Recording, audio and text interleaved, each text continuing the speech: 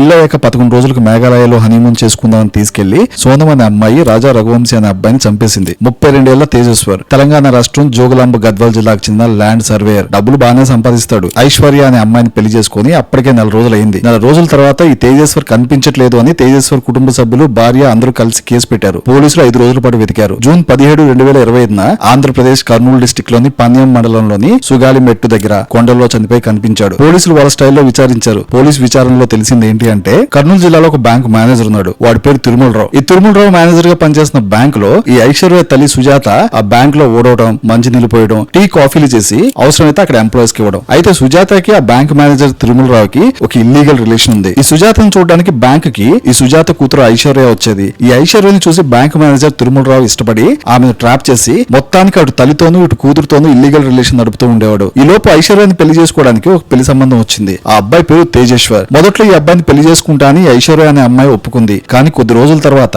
ఈ ఐశ్వర్య అనే అమ్మాయి లేచిపోయింది. మళ్ళీ వారం రోజులకి ఐశ్వర్య తేజేశ్వర్ కి కాల్ చేసి, నేను మా అమ్మ మీద కోపంతో జస్ట్ ఇల్లు వదిలేసి వచ్చాను, నాకు నువ్వంటే చాలా ఇష్టం, నాకు నీతో పెళ్లి ఓకే అని అనగానే తేజేశ్వర్ సరే అని చెప్పి ఐశ్వర్య మాటలు నమ్మి ఆ అమ్మాయిని పెళ్లి చేసుకున్నాడు. పెళ్లైన రోజు నుండే తేజేశ్వర్ కి చుక్కలు చూపించడం మొదలు పెట్టారు తల్లి కూతుర్లు. దాని అమ్మ సుజాత చక్కగా బిర్యానీ వండి మరీ పెట్టేది తేజేశ్వర్ కి. మంచిగా మాట్లాడుతూ నమ్మించి కూతురుని బ్యాంక్ మేనేజర్ తిరుమలరావు దగ్గరికి పంపించే బ్రోకర్ గా మారిపోయింది ఆ తల్లి. తల్లి కూతురు చేసిన మోసం తేజేశ్వర్ కి కొన్నాళ్ళకి అర్థమైపోయింది. ఐశ్వర్య మాటలు ఆమె తల్లి సుజాత మాటలు తేజేశ్వర్ నమ్మే పరిస్థితి లేదు. ఇక ఆ ముగ్గురు కలిసి తేజేశ్వర్ బైక్ జీపీఎస్ ట్రాకింగ్ పెట్టి తేజేశ్వర్ రోజు ఎక్కడికి పోతున్నాడు, ఏం చేస్తున్నాడు అని తెలుసుకుని చంపేయాలనుకున్నారు. అలా 6 సార్లు తేజేశ్వర్ ని చంపడానికి ప్రయత్నించారు. ఒక రోజు ఈ తేజేశ్వర్ కి ఒక కాల్ వచ్చింది. ఆంధ్రప్రదేశ్ లోని కర్నూలు జిల్లా పర్యటనలో కాస్త ల్యాండ్ సర్వే ఉంది, వస్తారా అని కొంతమంది కాల్ చేసి పిలిపించారు. వాళ్ళ మాటలు నమ్మి అక్కడికి వచ్చిన తేజేశ్వర్ అక్కడికి వెళ్లగానే కొంతమంది తేజేశ్వర్ మీద దాడి చేసి పన్యం మండలం సుగాలిమెట్టు అనే చోటుకి తేజేశ్వర్ ని కారులో తీసుకెళ్లి అక్కడ పీక కోసి హత్య చేసి అక్కడ కొండలో పడేసి వెళ్లిపోయారు. తెల్లారేసరికి ఈ తల్లి కూతురు ఇద్దరు నా మొగుడు పోయాడని ఒకటి ఏడుస్తుంటే